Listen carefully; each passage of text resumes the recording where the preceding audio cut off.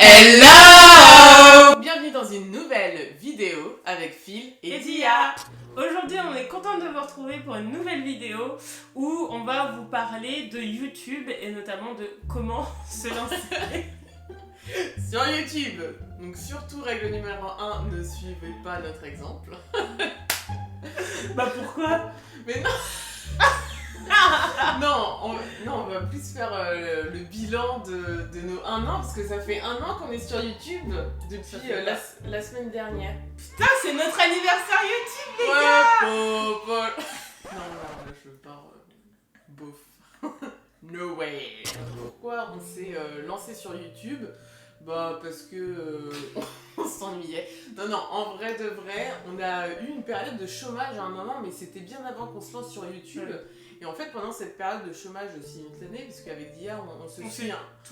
On se suit. Tu fais quoi? Ah bah vas-y, putain, je vais faire un. Ça a l'air pas mal ton plan là. Tu déménages? Ah vas-y, je vais déménager. Lourd! Quoi? Tu travailles là-bas? Vas-y! Donc avec Dia, on se suit plutôt pas mal. Pendant cette période de chômage, on s'était dit bah pourquoi pas faire une chaîne YouTube, mais on s'est jamais vraiment lancé. Non. Parce que je trouve que se lancer sur YouTube, c'est quand même assez dur. Il y a le regard des gens, enfin surtout de notre entourage, parce que les gens qu'on connaît pas, on s'en fiche. Ouais. Mais c'est vrai qu'on se dit bah qu'est-ce que les gens vont penser, parce que bah forcément au départ tu commences, t'as 0 abonné. On a peur de se moquer, enfin on a peur que les gens se moquent de vous, qu'ils comprennent pas la démarche, enfin voilà. Puis quand on se lance, on n'est pas forcément pro, donc bah tout de suite on a peur on a peur de la qualité de nos vidéos, des sujets qu'on peut aborder, donc c'est la critique plus de l'entourage proche effectivement qui oui c'est ça, parce qu'en vrai moi que des inconnus regardent et n'aiment pas, bah, à la limite je m'en fous. Ouais. Mais c'est plus ce que les gens peuvent dire de vous quoi. Et mais du coup on l'a pas fait à cause de ça. Je pense que ça a dû jouer un petit peu, parce qu'en vrai on avait le temps. Et un jour on avait plus le temps et on s'est dit vas-y viens on le fait. Parce que voilà on travaille quasiment 40 heures par semaine, donc on a un travail à côté de YouTube et on sort quand même une vidéo par semaine, donc je tenais quand même à nous féliciter. Bravo à nous. Franchement ouais, de ouf. Bah non mais en vrai quand tu regardes des gens qui sont, je dénigre pas, mais qui sont juste influenceurs. Alors il y a des influenceurs qui font un travail de malade etc, comme Lena Situation ou Gaël Garcia Diaz qui ont leur boîte etc à côté. Il y en a d'autres, ils font que des vidéos YouTube et 2-3 placements de produits dans la journée. Alors peut-être que je passe à côté de certaines choses, mais je pense que quand tu fais que ça, t'as le temps quoi. Ouais c'est ça, et puis il y a quand même pas mal de gros youtubeurs qui ne font plus eux-mêmes leurs propres vidéos, que ça soit au niveau du montage, que ça soit de l'écriture des vidéos exactement. Et en fait eux ils deviennent juste des acteurs entre guillemets, enfin ils s'occupent juste de l'image de leur chaîne parce qu'ils sont devenus une image de marque. Et c'est vrai que c'est plus au bout d'un moment c'est plus le même taf que le taf de YouTube. Voilà, comme tu disais, Lena Situation, elle continue de monter ses propres vidéos etc. Et en fait vous vous rendez pas compte les gars, mais c'est vraiment énormément de travail, que ce soit sur le montage de la vidéo, du choix des chansons, du travail de la miniature, de faire les stories et tout. Ça prend un temps fou, et c'est vraiment en faisant justement le travail soi-même qu'on se rend compte du temps que ça prend et de la technicité que ça demande aussi, de la créativité que ça demande. Il faut soit avoir énormément de temps et avoir un côté des qualités de designer comme Lena Situation peut avoir, ou soit tu fais des vidéos qui vont être assez basiques entre guillemets, un petit peu comme les nôtres. Nous on dessine pas, il n'y a pas des dessins qui arrivent, donc bon on s'inspire, donc il y a quand même une part de créativité, mais quand je dis basique c'est pas pour dénigrer, mais c'est juste que on n'a pas de studio, on n'a pas de fond vert, il y a personne qui monte nos vidéos, donc avec un savoir-faire que nous on n'a pas. On n'a pas les mêmes moyens financiers aussi. C'est ça, nous on va pas claquer ce que eux claquent dans le matos, ce que eux claquent pour la vidéo en tant que telle, qui demande des moyens et tout. Donc forcément nous on fait avec les moyens qu'on a. Donc après c'est cool parce que ça nous permet de nous voir, donc on passe aussi des très bons moments ensemble à tourner ces vidéos. Ça nous permet, quand on rentre un petit peu dans le train-train quotidien du travail, c'est vrai qu'on a peu de place pour la créativité. C'est ça. Voilà, nous, c'est YouTube. Donc voilà un petit peu le pourquoi du comment on s'est lancé dans YouTube. On tient à préciser aussi qu'on ne fait pas du tout ça pour avoir une certaine notoriété ou gagner énormément d'argent. Comme on l'a dit juste avant, nous on a déjà un travail. Puis on est heureux dans notre travail, donc en soi on fait pas ça pour. Ouais, c'est vraiment pour le kiff. Alors après, c'est clair que quand on demande de s'abonner, les gens ils vont se dire qu'on essaie de gratter quelque chose, mais on essaie de gratter de l'échange parce que c'est vrai que c'est vachement intéressant d'échanger avec des personnes qui ont vu notre travail, parce que c'est vrai que on passe quand même un petit peu de temps à tourner les vidéos, à s'organiser pour se voir, à chercher des idées, à les monter, etc.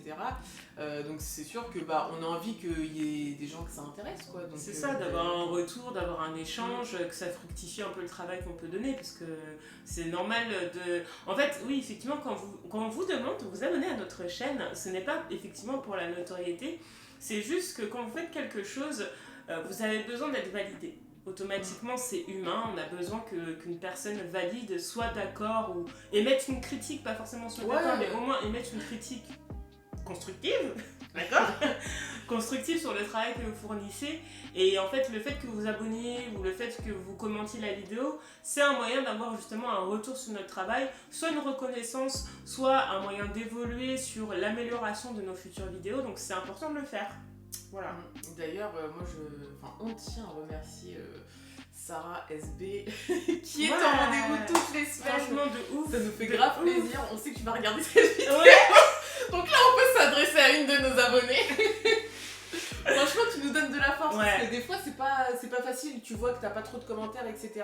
Mais il y a toujours cette personne-là. Toujours là. Et franchement, grosse force à toi. Même les critiques et tout, elles sont toujours constructives. Donc voilà, merci à toi. Et franchement, tu nous donnes de la force, ça nous fait plaisir. On tenait à te remercier, ce qui est normal. Donc là, on va parler un petit peu des difficultés qu'on a rencontrées et qu'on va encore rencontrer dans l'avenir. Donc moi, je trouve que une grosse difficulté, c'est quand même, comme on vient de le dire, c'est la visibilité. Donc quand t'es pas connu, quand t'es pas mis en avant par YouTube, et ta vidéo elle sort pas dans les recherches. Au début, je me souviens, il y avait des gens qui nous cherchaient, des gens de notre entourage, parce qu'on nous disait mais je ne trouve pas. De toute façon, YouTube ils sont là pour se faire de l'oseille, pour balancer des vidéos à gros budget, des gens qui ont des millions d'abonnés. Pour placer leur pub, quoi. Voilà, exactement, et forcément il y a plus de chances qu'une vidéo de quelqu'un qui a des millions d'abonnés soit vue en entière, donc avec plein de pubs, qu'une vidéo de nous où ça se trouve la vidéo ne sera pas regardée jusqu'au bout, peut-être. Moi je trouve que c'est dommage qu'elle soit pas mise en avant, parce que je trouve qu'il y en a, alors peut-être pas toutes, mais il y en a certaines qui sont quand même assez intéressantes et qui méritent d'être écoutées. C'est un autre avis de personnes comme vous, en fait. Pas les gens comme vous qui peuvent s'acheter un sac Chanel pour se faire plaisir. Voilà. Autre difficulté, c'est le matériel. Alors même si effectivement quand on débute, ça sert à rien d'investir dans des matos de fou, parce que vous n'êtes pas sûr que votre chaîne va fonctionner et que c'est peut-être un investissement sur lequel vous n'aurez pas forcément de retour. Mais c'est vrai que voilà, pour avoir un matériel assez conséquent, c'est un prix qui coûte énormément cher. Donc nous, on filme avec un iPhone, on a investi dans une ring light et un micro. Donc on espère que le micro fait le taf. Mais c'est vrai que quand tu veux vraiment des photos, des vidéos de qualité, que vous pouvez voir sur les grandes chaînes de youtubeurs, faut savoir que c'est un investissement qui est énorme. C'est vrai que foutre 1000 balles dans une caméra de qualité, ça fait chier, quoi. Donc aussi une autre difficulté, donc, comme on vous l'a dit en début de vidéo, donc nous toutes les deux on travaille, on fait presque 40 heures par semaine, donc il faut pouvoir se dégager du temps pour se retrouver, parce qu'on fait des vidéos à deux, donc il faut qu'on soit disponible aussi toutes les deux en même temps. On est toutes les deux en couple, donc il faut accorder du temps à la vie conjugale. Donc c'est vrai que c'est compliqué, plus essayer d'avoir une vie un petit peu sociale, donc après ça va, nous continuer de voir des amis. Après ça va, on a des amis de fan. Ouais, oui, c'est heureusement, parce que voilà, si vous qui regardez la vidéo, vous avez envie de vous lancer sur YouTube et que vous travaillez à côté, que vous êtes en couple, si vous êtes quelqu'un qui fait énormément la fête, qui a besoin de voir du monde très souvent, franchement, ça va être très très compliqué. Ou alors, je sais pas, vous avez une énergie débordante et vous vous réveillez quand même à 7h du mat alors que tu t'es couché c'est ça. à 3h. Ça prend un temps fou. Bah surtout si t'es tout seul, parce que là nous on se partage le taf, une semaine sur deux, on se partage le montage, donc t'as une semaine entre guillemets tranquille. De pause où il y en a une qui fait le montage et inversement, donc c'est vrai que c'est assez pratique. Moi c'est vrai que un conseil, si vous voulez ouvrir une chaîne YouTube et que vous avez une copine qui est intéressée aussi pour le faire, faites-le à deux parce que déjà c'est une force parce que déjà vous êtes deux à vous exposer, donc pour se lancer surtout au début c'est moins intimidant on va dire quoi. Et au niveau de l'organisation, bon certes ça demande que chacune se dégage du temps, mais au niveau du montage c'est vrai que ce côté où il y en a une qui fait la vidéo une semaine sur deux, c'est quand même hyper pratique parce que ça nous permet de continuer d'avoir une vie sociale, familiale, conjugale à côté quoi. Même au niveau de la technicité, je sais pas si toi t'as déjà été rencontré à ce truc là, mais tu sais d'être frustré de pas réussir à faire un effet, de pas réussir à faire un truc technique sur la vidéo pour essayer de la dynamiser, c'est à la fois frustrant, donc c'est une difficulté, mais à la fois aussi enrichissant parce que j'ai appris à faire plein de trucs en faisant du montage et ça c'est quelque chose, on l'a dit dans une vidéo précédente où que tu peux mettre en avant sur un CV parce que vraiment c'est technique quoi, c'est une connaissance que vous avez et puis qu'il faut faire valoir quoi. Le bilan de cette expérience YouTube, nous on est contente, moi en tout cas je sais pas pour toi, mais je suis contente d'avoir cette chaîne YouTube. Comme on l'a évoqué juste avant, c'est quand même assez stimulant de faire du montage, d'apprendre de nouvelles choses, d'essayer de se renseigner, ça nous pousse aussi à nous renseigner sur des sujets, faire des recherches, etc. Donc c'est hyper stimulant.